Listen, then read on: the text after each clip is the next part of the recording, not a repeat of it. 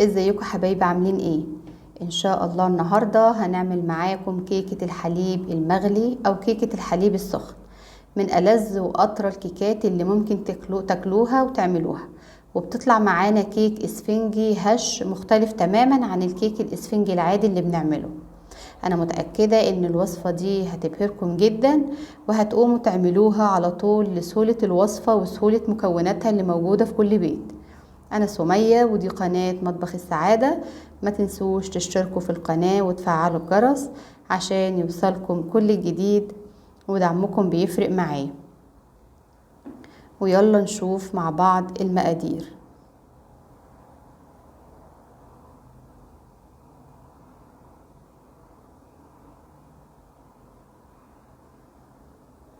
المقادير زي ما انتم شايفين: 2 بيضة، معلقتين زبدة كبار، ربع كوباية زيت، كوباية دقيق، نص كوباية لبن، كوباية الا ربع سكر، معلقة صغيرة بيكنج باودر، رشة ملح، فانيليا.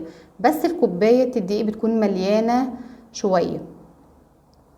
هنحط هنا البيض مع الفانيليا، السكر، الزيت، وهنبدأ نضرب بالمضرب الكهربي، ولو المضرب اليدوي موجود. بس اهم شيء ان احنا نخفق كويس جدا عشان يدينا اللون الكريمي الابيض،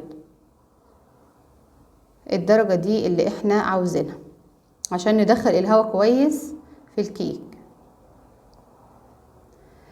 هنبدأ نحط الدقيق مع رشة الملح والبيكنج باودر وهننخلهم عشان ندخل الهواء جوه الكيك.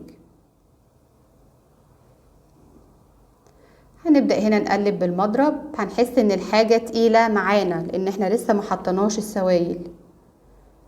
هنقلبهم كويس زي ما انت شايفة كده، تحس ان هي تقيلة، هي كده مظبوطة. هنبدأ نجيب نص كوباية اللبن مع معلقتين الزبدة ونحطهم على النار. هنسخنهم. الفاكهة المجففة دي اختياري، بس انا جربتها طعمها جميل جدا. احنا هنا سخنا اللبن مع الزبدة كويس جدا. هي اسمها كيكة الحليب السخن او المغلي. ما تقلقيش، لا البيض هيجراله حاجة ولا البيكنج باودر هيروح المفعول بتاعه، لان كل ده احنا قلبناه قبل كده ومزجناهم مع بعض. هنبدأ نقلب كويس جدا، بس نقلب بسرعة. ولو انت خايفة هتنزلي اللبن والزبدة سرسوب بالراحة كده. هنا معانا القالب عملناه بالزبدة، بس طبعا للمعلومة لازم نحط ورق زبدة عشان برضو حتى الزبدة مع القالب الألمونيا بنحس ان هي بتلزق شوية. اي خطأ انا بقع فيه لازم بفهمه لكم عشان ما تقعوش فيه والنتيجة تطلع معاكم كويسة.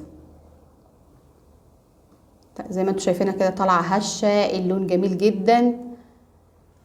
درجة حرارة الفرن 170 ونحطها على الرف الوسطاني. بس حسب كل فرن، بس هي لازم تكون على الرف الوسطاني. وزي ما انتم شايفين كده الشكل واللون بسم الله ما شاء الله. والطعم هتجربيها هتعمليها باستمرار. بس برضو انا هنا جيت اقطعها وهي سخنة، المفروض ان احنا بنسيبها تبرد تماما. بس زي ما انتم شايفين هشة طرية، طعمها جميل جدا. اي صوص موجود عندك، فراولة، شوكولاتة، من غير صوص طعمها جميل جدا برضو. هشة جدا طرية بسم الله ما شاء الله، زي ما انتوا شايفينها كده. وبألف هنا وشفا.